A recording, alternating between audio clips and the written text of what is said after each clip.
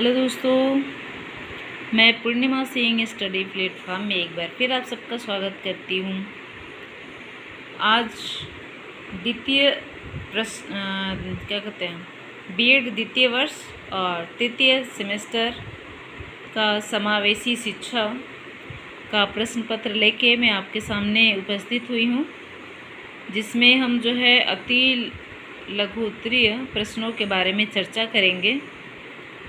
ये 20 अंक के होते हैं और हर एक अंक पे 2 नंबर आपको मिलते हैं। हर एक क्वेश्चन पे आपको 2 नंबर मिलते हैं, जिन्हें हमें 50 शब्दों में लिखना होता है। तो इसमें हम पहले क्वेश्चन से शुरुआत करते हैं। पहला क्वेश्चन है एनसीएफ 2005 की 4 विशेषताएं।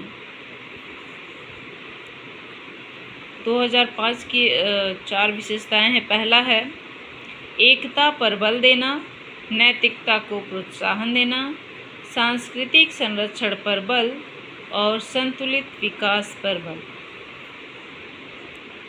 राष्ट्रीय पाठ्यक्रम संरचना 2005 विद्यालयी शिक्षा पर नवीनतम राष्ट्रीय दस्तावेज है। ये 2005 की जो विद्यालयी शिक्षा बनाई गई, उसमें जो नवीनतम दस्तावेज रखे गए, उनमें इन चारों को जो है विशेष स्थान दिया गया। ठीक है, कि राष्ट्रीय एकता पर बल, एकता पर बल देना।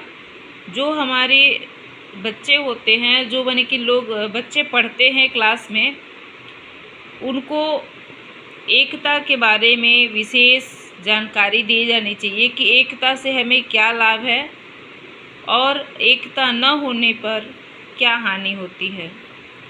फिर नैतिकता को प्रोत्साहन देना। नैतिकता से क्या संबंध है उनका, नैतिकता उनके अंदर क्यों होनी चाहिए, इसकी क्या हानि है और क्या लाभ है, इसके बारे में भी जानकारी देना चाहिए। सांस्कृतिक संरक्षण पर बल। सांस्कृतिक संरक्षण से आप लोग समझ रहे होंगे, जो भी हमारे भारत की संस्कृति है उसको संरक्षित रखना चाहिए, नहीं रखना चाहिए, रखना चाहिए तो क्यों रखना चाहिए, इन सब पे विशेष बल दिया जाने का प्रयास किया गया है। उसके बाद है संतुलित विकास पर बल।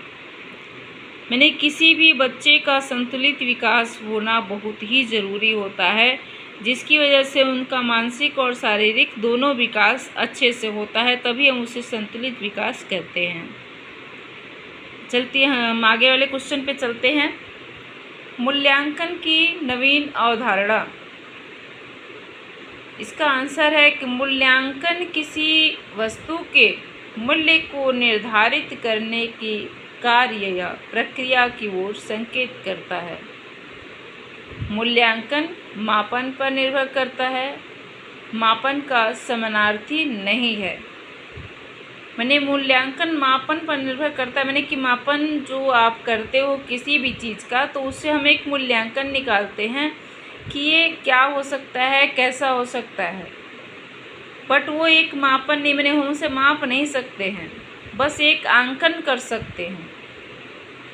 जैसे हम किसी बच्चे का क्या कहते हैं, कोई क्लास में अगर बच्चा पढ़ रहा है तो हम उसको देख कर के मूल्यांकन कर सकते हैं कि हाँ, वो बच्चा जो है पढ़ने में अच्छा होगा, या फिर हो सकता है कि इस बच्चे को हम किसी ऐसे पेपर में बैठाते हैं जिसमें कि विशेष बच्चों को बैठाया जाता है, तो ये बच्चा भी निकाल सकता है। तो ये हमारा एक मूल्यांकन होता है कि हमने इसका मूल्यांकन किया कि हाँ, ये हो सकता है या फिर नहीं हो सकता है।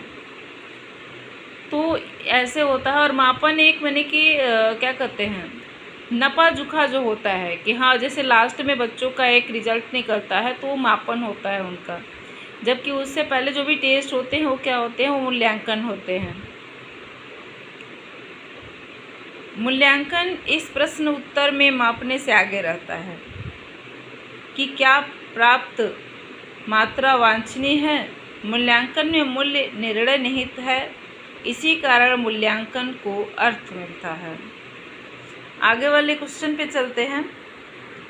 समावेशी शिक्षा की विशेषताएं। इस शिक्षा का ऐसा प्रारूप दिया गया है जिससे अपंग बालक को समान शिक्षा के अवसर प्राप्त हो। तथा वे समाज में अन्य लोगों की भांति आत्मनिर्भर होकर अपना जीवन यापन कर सके। समावेशी शिक्षा से यहाँ तात्पर्य है कि चाहे वो बच्चा अपंग हो या सामान्य हो, दोनों को एक साथ पढ़ाया जाना चाहिए ताकि उनके में जो है आत्मनिर्भरता आ सके, उनमें आत्मग्लानि न आए कि मैं इन बच्चों से अलग हूँ, मुझे अलग शिक्षा दी जाती है। ऐसा नहीं होना चाहिए। उन्हें जो है हर एक कार्य में पार्टिसिपेट करने की भी पूरी छूट होनी चाहिए। दूसरा है, यह अपंग बालकों को कम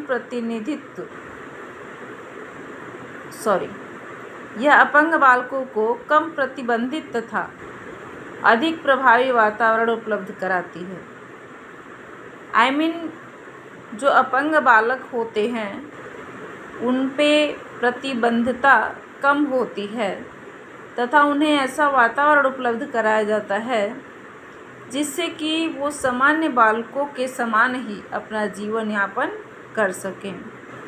तीसरा है, यह समाज में अपंग तथा सामान्य बालकों के मध्य स्वस्थ सामाजिक वातावरण संबंध बनाने में समाज के प्रत्येक पर सहायक है, क्योंकि समावेशी शिक्षा में हर प्रकार के बच्चे जो है पढ़ते हैं, चाहे वो कमज़ोर हो या तेज हो, अपंग हो, सारे बच्चों को एक साथ पढ़ाया जाता है तथा सब पे विशेष ध्यान दिया जाता है ताकि कोई आगे न रहे न ही कोई पीछे रहे, सब एक साथ चल सकें।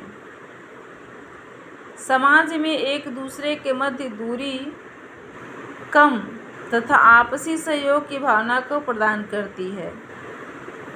हमारी समावेशी शिक्षा ये होती है कि समाज में एक दूसरे के मध्य जो दूरी है उसको क्या करती है, उसको कम करने का प्रयास करती है तथा सहयोग की भावना उत्पन्न करती है। चौथा है, यह एक ऐसी व्यवस्था है जिसके अंतर्गत शारीरिक रूप से बाधित बालक भी सामान्य बालकों के समान महत्वपूर्ण समझे जाते हैं। समावेशी शिक्षा में उन बालकों को भी सामान्य बच्चों के समान ही महत्व दिया जाता है। अगला क्वेश्चन है, समावेशी शिक्षा के उद्देश्य। समावेशी शिक्षा क्यों शुरुआत की गई, उसके उद्देश्य क्या थे, हम उसका विश्लेषण यहाँ पे करेंगे। इसमें पहला है, शारीरिक दोषयुक्त बालकों की विशेष आवश्यकताओं की सर्वप्रथम पहचान करना तथा निर्धारण करना। दूसरा है, शारीरिक रूप से विकृति युक्त बालकों का पुनर्वास कराया जाना चाहिए।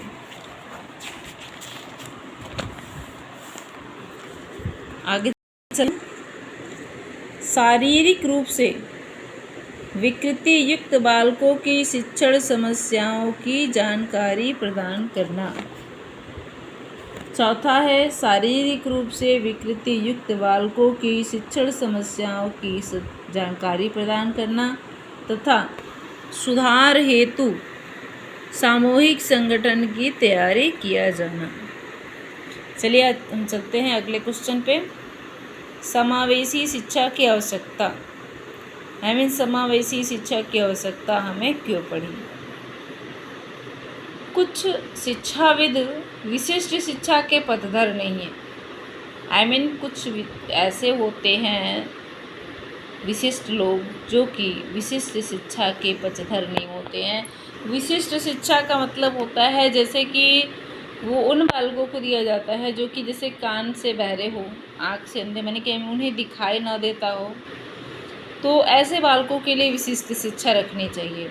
बट ऐसे बालक जो कि बस आपके बने कि हाथ या फिर पैर से अपंग हो, उनकी मानसिक स्थिति अच्छी हो, तो उन्हें हम अलग से विशिष्ट शिक्षा नहीं देंगे। हम उन्हें सामान्य बालकों के साथ ही सामूहिक शिक्षा दे